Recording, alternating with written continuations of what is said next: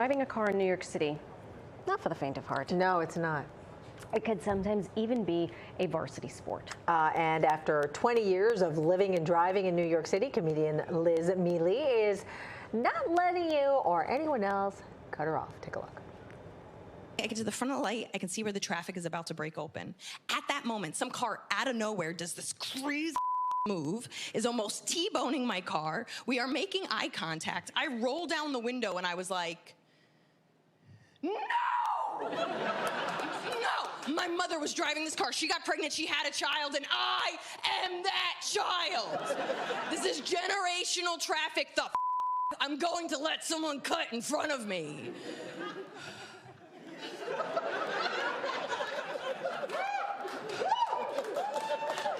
And now we're dating.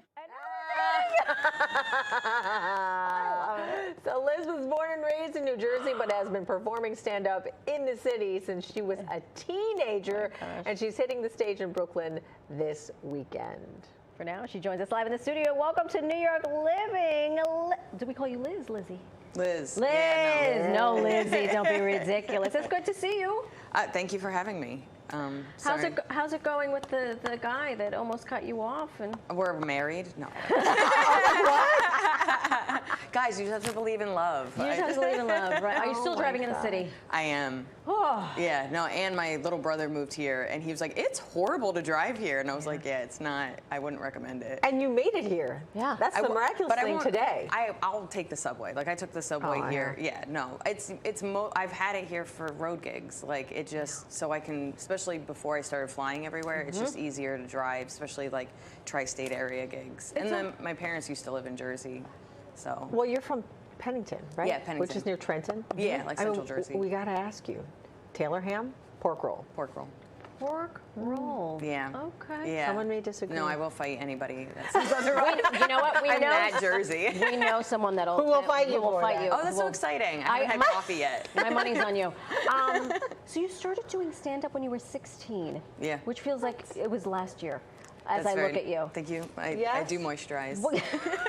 What was the impetus? Where did you get the chutzpah to go do this? I just loved it. Like, it was my favorite thing. And so I'm dyslexic, so like I was always writing, but I didn't want anybody to see my writing because I don't know how to, I to this day don't know how to spell.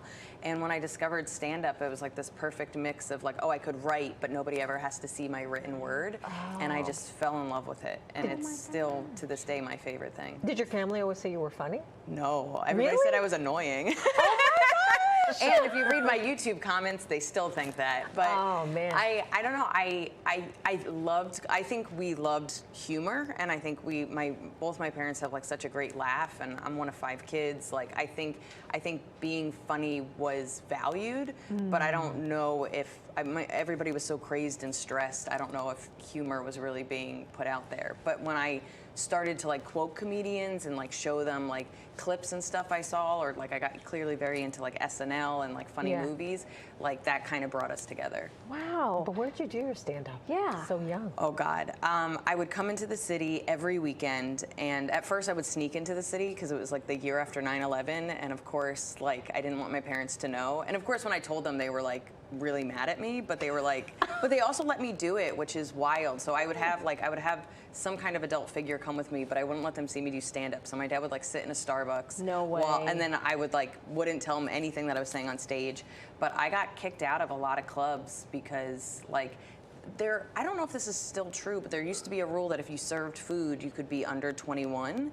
But like some places that just didn't matter, and I would literally come, me and my dad or me and my mom, we would come, and then I would turn right back around like a half hour later because I would get kicked out. Because you were too young to be in the venues. Yeah, and I mean, when I was 16, I looked like I was 12 maybe. Now what the heck are you talking about when you're 16? My parents.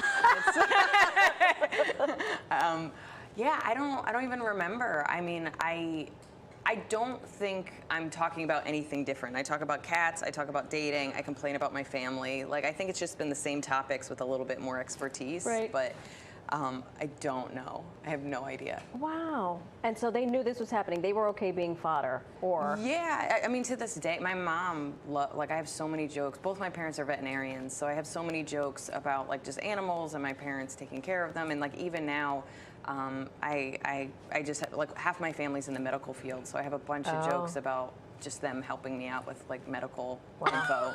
And you're on tour now? Yes. Does your family follow you around? They don't follow me around, but they're retired now. So like anything that's near where my parents just moved, my mom will come with me. Like we'll have like kind of girls' weekends. And she's funny because she can't stay up for the late show. So my mom is usually sleeping in the back of the club during a late show. That's my favorite. I'm like, Mom, you don't have to be, I can put you in an Uber. She's like, no, I love it. Like just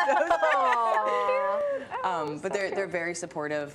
They're both coming to my special this weekend, my taping. So. Oh my gosh, that is fantastic. You've lived in New York for 20 years. Yeah. We love to play a little this or that when we get some New Yorkers. So which subway line is the most reliable in your opinion? Q train. Oh, wow, she said that definitively. How about least reliable? C train. And I think that's because there was, those fires and like we lost some trains, but at the same time it's been like 10 years and maybe we should get another C train. A revamp wouldn't be the worst thing in the world. I would love for that train to work. Yankees or Mets? I don't care about sports. Thank God. I know that's Thank goodness. What about your favorite New York City movie or TV show? Oh, favorite. That's a tough one. That is a tough Marvelous one. Mrs. Maisel is New York. Yeah. Kramer versus Kramer. Seinfeld. New York Living. Friends. I think probably Seinfeld. I like that one. I like that one. It's so funny where you're like everything's taped here and you're like, I know. We put you on the spot and you played. I love it all. We appreciate it. Liz, thank you so much. Remind folks again real quick about your show this Sunday. Yes, I'm taping my 6th comedy special at the Bell House in Brooklyn. The 7 p.m. is sold out, but there's still tickets for the 9:30. Look at her. You could sit with her mom in the back. Okay, she'll be sleeping. Listen. Oh my gosh. It was a real treat. Thank you so much. Thank you for having me. Nice to meet you. Of course.